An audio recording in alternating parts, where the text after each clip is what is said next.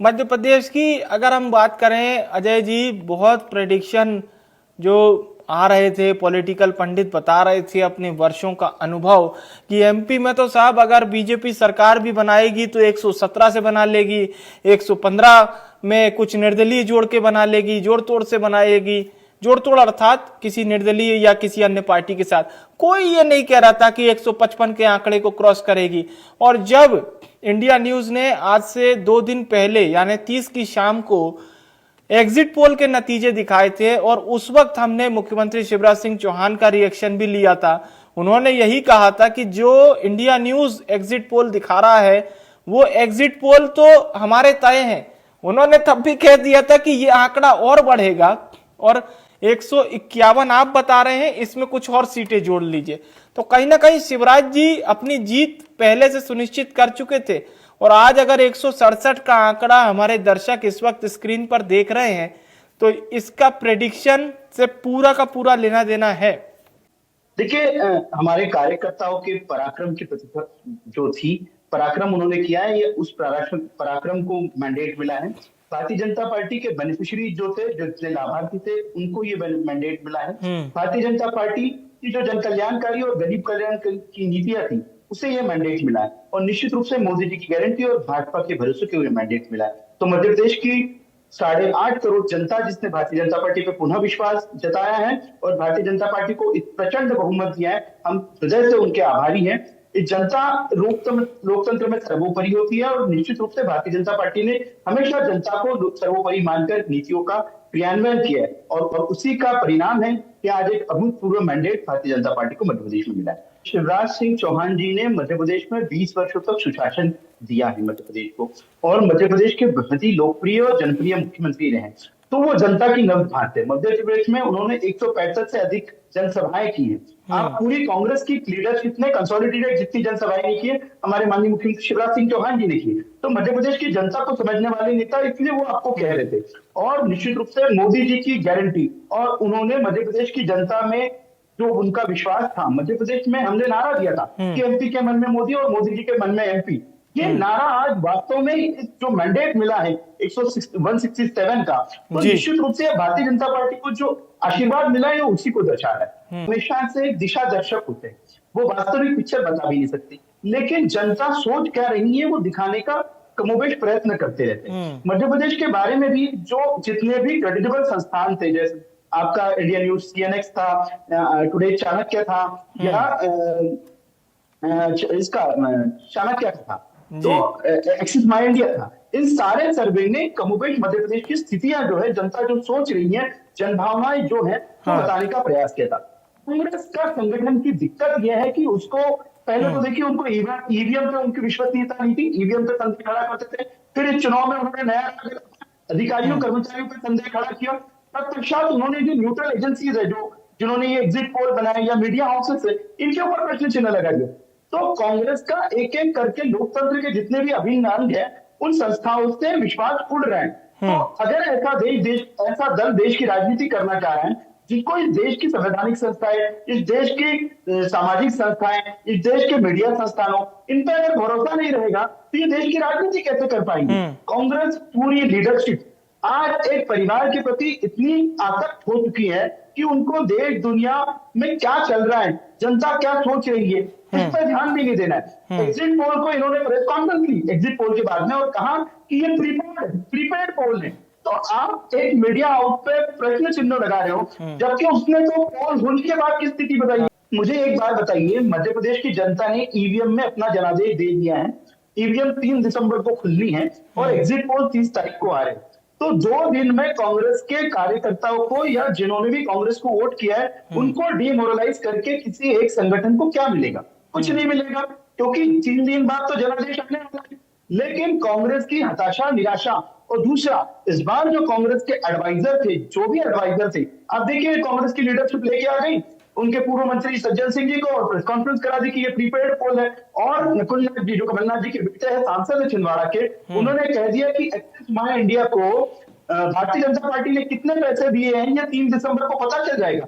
तो आप किस पर प्रश्न चिन्ह लगा रहे हो? आप कांग्रेस ने मेहनत नहीं की और आप प्रश्न चिन्ह एक एजेंसी पे लगा रहे हो जिसका कोई काम भी नहीं है, क्योंकि जनता तो पहले ही अपना बहुमत भारतीय जनता पार्टी को ईवीएम के माध्यम से दे चुकी थी। तो ये लीडरशिप का डायलेमा, वैचारिक दोगलापन और खुद के कार्यों पर भी इनको जो विश्वास नहीं है। देखिए, आप पुराने सारे एग्जिट पोल का ट्रैक रिकॉर्ड उठा ले और क्रेडिटेबल एजेंसी, मैं जो एजेंसी, देखिए मध्य प्रदेश में आपको बहुत इंटरेस्टिंग बात बताना चाहूंगा। मैं मध्य प्रदेश में रहता हूं और सोशल मीडिया पे काफी सक्रिय हूं और विगत काफी वर्षों से हूं, 2013-14 से मैं ट्विटर पे हूं। मैं देख रहा था कि कन्वीनियंटली ऐसे बहुत सारे हैंडल्स क्रिएट कर दिए गए, जैसे state media club, state press club और ट्विटर पे भी अलग अलग एमपी इलेक्शन 2003। और इन हैंडल्स ने क्या किया, इनके खुद के पोल डाले, इनके खुद के सर्वे डाले कि मध्य प्रदेश में कांग्रेस को 147 मिल रही है, कोई 150 दे रहा था। तो ये खुद के खुद एजेंसी ने डाले और इन पर लग रहा था कि नैरेटिव बन रहा है। नैरेटिव ऐसे नहीं बनता, देश जन आकांक्षाओं से चलता है।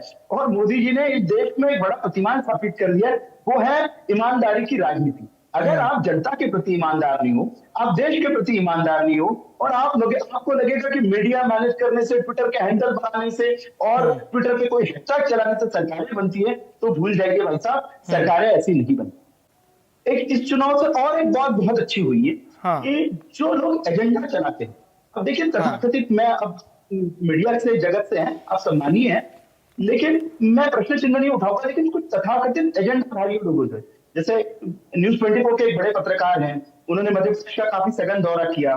फिर एक हमारे यूट्यूबर पत्रकार हैं, फिर मध्य प्रदेश से कुछ पत्रकार लोग जो कह रहे थे कि हमें यूनिवर्सिटी जाना पड़ेगा अगर भाजपा को ऐसा लैंडस्लाइड मिल जाएगा।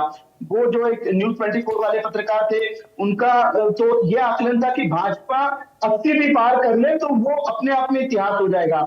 एक हमारे यूट्यूबर एक बड़े पत्रकार है, वो उनका तो आकलन ये था कि मध्य प्रदेश में भारतीय जनता पार्टी के खिलाफ में इतना आक्रोश है कि कांग्रेस के बटन कब से नहीं थकेंगे। तो आपने ये एजेंडा सेट करने का जो मध्य प्रदेश में प्रयत्न किया था, देश की जनता ने इन लोगों को आईना दिखा दिया कि देखिए, आप कुछ पार्टियों से हाथ मिलाकर आप नैरेटिव बदलने का प्रयत्न कर सकते हो, लेकिन नैरेटिव जनमत नहीं होता है। जनमत वास्तव में जनता का खुद का मत होता है, जो जनता ईवीएम के बटन दबा के देती। कांग्रेस बड़ा ही कन्वीनियंट तरीके से राजनीति करने वाला दल है। जब उसको बहुमत मिल जाता है तब ईवीएम ठीक हो जाती है, जब उसको बहुमत मिल जाता है तो उसे लगता है कि भ्रष्टाचार के आरोप सिद्ध हो गए। देखिए, चलते चुनाव में एक बहुत बड़ी इंटरेस्टिंग बात हुई है कि नेशनल हेराल्ड के प्रकरण में कांग्रेस के जो मुखिया और फर्स्ट फैमिली है, उनकी 751 करोड़ रुपए की संपत्ति अटैच हुई। कांग्रेस को वो भ्रष्टाचार नहीं दिखता, उनको पता नहीं कहीं जो एक ऐसे लोग खड़े करते हैं जो लोग एग्जिस्ट ही नहीं करते, उनके नाम से चिट्ठियां वायरल कराते हैं और कहते हैं कि ये ठेकेदारों ने 50% कमीशन की मांग की जा रही है और उसकी ये चिट्ठी है। तो मेहनत करके सरकारें बनती हैं। कांग्रेस को लग रहा था कि इस तरह की चिट्ठियां वायरल करके 50% कमीशन का नारा देके अगर सरकार बनाने की उनकी तैयारी थी, लेकिन कांग्रेस ने फील्ड पे मेहनत नहीं की। कांग्रेस का संगठन, और मूल रूप से आप देखिए कांग्रेस के पूर्व के प्रदेश अध्यक्ष आप उठा के देख लेंगे, अरुण यादव जी ने मध्य प्रदेश में कितनी सभाएं की है, इनके सूरज पचौरी जी ने मध्य प्रदेश में कितनी सभाएं की है, राज्यसभा के इनके सदस्य विवेक तनखा जी कितनी सभाएं की है, इनके नेता प्रतिपक्ष अजय सिंह जी ने खुद के विधानसभा क्षेत्र के अलावा कहाँ काम किया। जब कांग्रेस का इतना बड़ा संगठन, इनके नेता प्रतिपक्ष थे वर्तमान के गोविंद सिंह जी, उन्होंने खुद के क्षेत्र के अलावा कहाँ सभाएं की। कांग्रेस का इतना बड़ा संगठन चुनाव से गायब है, तो निश्चित रूप से कहीं ना कहीं कांग्रेस के कार्यकर्ताओं का मोरल डाउन होगा और उन कार्यकर्ताओं को लगेगा कि ये तो दिग्विजय सिंह जी और कमलनाथ जी ये क्यों इतने अग्रसर हैं। तो ये अग्रसर इसलिए थे, दिग्विजय सिंह को खुद के बेटे की राजनीति देखनी थी, जयवर्धन जी की, कमलनाथ जी को खुद के बेटे की नकुलनाथ जी की राजनीति देखनी थी, इसलिए इतनी तत्परता से मध्य प्रदेश का चुनाव लड़ रहे थे। लेकिन जिन विचारों ने मध्य प्रदेश को समय दिया है, अपना जीवन दिया है, जवानी दी है, उनको तो इस चुनाव से कांग्रेस की लीडरशिप में गायब कर दिया। तो यह भी एक बड़ा कारण रहा है कांग्रेस की हार का कि खुद की लीडरशिप का सम्मान न करना। देखिए, सनातन क्या है? सनातन है ऐसी वो है जिसका ना आदि पता है ना अंत पता है। और कांग्रेस और इसके जो इंडी गठबंधन है, इनके अलायंस पार्टनर जो इसको डेंगू, मलेरिया, कुष्ठ रोग और HIV एड्स से तुलना कर दिए, कोई ये लोग सम्मेलन आयोजित कर रहे हैं, सनातन निर्मूलन, सनातन को हटाने वाला सम्मेलन, और कांग्रेस की पूरी लीडरशिप जो खुद को हिंदूवादी मानती है, जो कहते हैं कि हम कौन से ब्राह्मण है, वो जनेऊधारी ब्राह्मण है राहुल गांधी जी, इन लोगों का एक तक मतलब इन्होंने स्टेटमेंट भी कंडेम नहीं किया। इन्होंने इतना भी जिम्मेदारी नहीं समझी कि इंडिया अलायंस के एक पार्टनर ने स्टेटमेंट दिया, उसका कंडेमनेशन इंडिया अलायंस कर दी या कांग्रेस खुद कर दी। लेकिन देखिए इन्होंने क्या किया, इन्होंने मध्य प्रदेश भारतीय जनता पार्टी में कुछ हमारे कार्यकर्ताओं ने जैसे ही प्राण प्रतिष्ठा की तारीख आई हमारे रामलला के भव्य दिव्य मंदिर की 22 जनवरी 2024 के पोस्टर लगाए।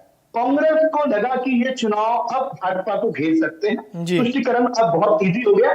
वो उठ के चले गए ईसीआई, एक ज्ञापन दिया कि ये कांग्रेस में भाजपा ऐसा ऐसा कर रही है, इसको तत्काल रूप से रोका जाए।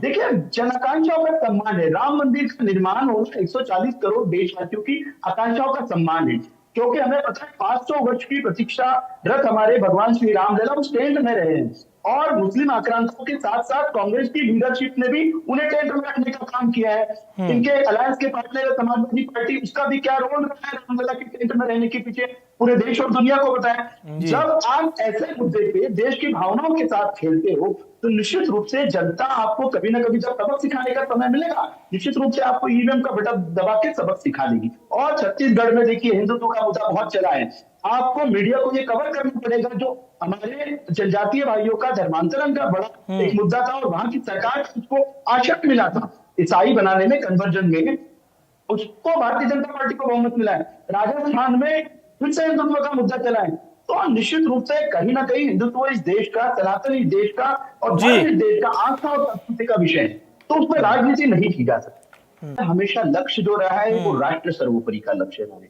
और राष्ट्र सर्वोपरि के लक्ष्य को अगर आप लेकर चलते हैं तो आपके पीछे व्यक्तिगत महत्वाकांक्षाएं काफी पीछे छूट जाती है, दलगत महत्वाकांक्षाएं काफी पीछे छूट जाती है।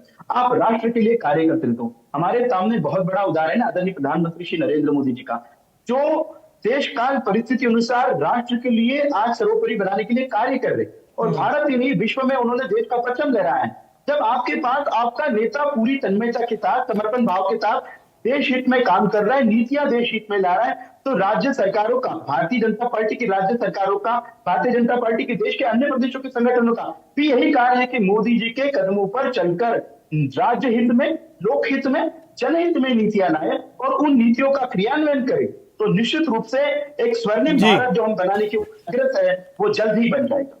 जी, मध्य प्रदेश की 8.5 करोड़ से अधिक जनता को मैं भारतीय जनता पार्टी का प्रदेश प्रवक्ता होने के नाते धन्यवाद ज्ञापित करता हूं।